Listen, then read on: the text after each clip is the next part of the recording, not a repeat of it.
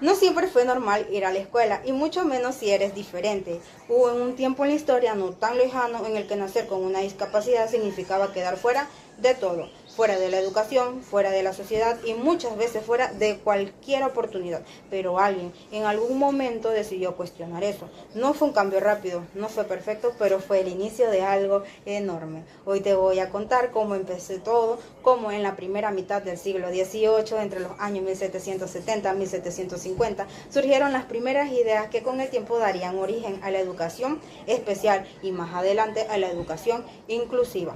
Esto no es solo una historia de educación, es una historia de cambio, de lucha y de creer en lo que más nadie creía. Para entender esta historia, primero hay que imaginarnos cómo era el mundo en esa época. Estamos en el siglo XVIII, antes de la Revolución Francesa de 1789.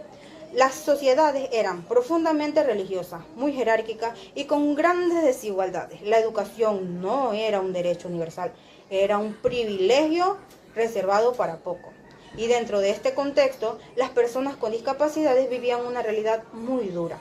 Eran vistas como incapaces de aprender, diferentes en el peor sentido de la palabra, incluso en algunos casos como castigos divinos.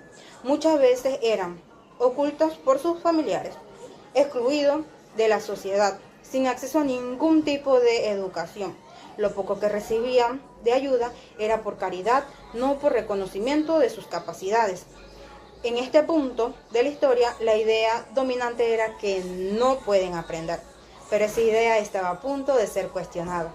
Ahora aparece un elemento clave, la Ilustración, un movimiento intelectual del siglo XVIII que cambia la manera de pensar y empieza a defender la razón, la ciencia, el valor del ser humano.